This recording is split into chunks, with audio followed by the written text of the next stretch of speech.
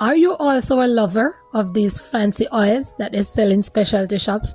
I am, and I've been spending anywhere between $7 to $15 to pay for them. But now I'm done with that.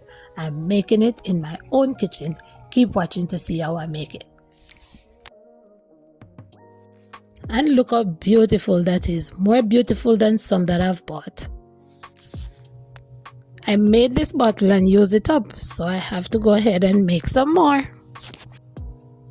The first thing you have to do is get a clean mason jar or a glass container. Then go ahead and pour your olive oil into that container.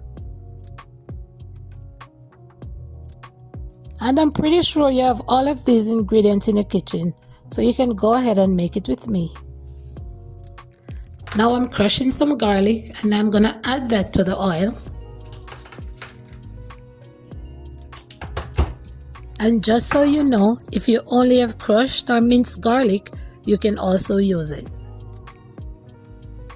Now I'm adding some bay leaves,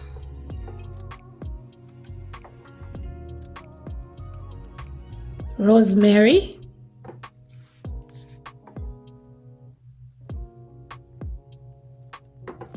thyme, fresh thyme, whole peppercorns, and some red pepper flakes.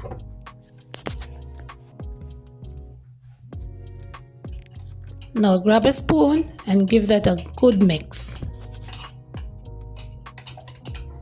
I'm really sorry that you guys cannot smell this mix, and look at the beauty. Wow. Now place a pot on the stove with water.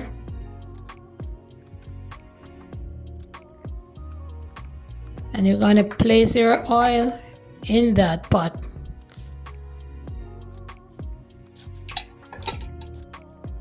Cover, but not tightly sealed. Just put the cover on loosely and you bring that pot to a boil, and then you turn the heat down and leave it on low to just simmer and get that oil infused with all the goodness inside of it.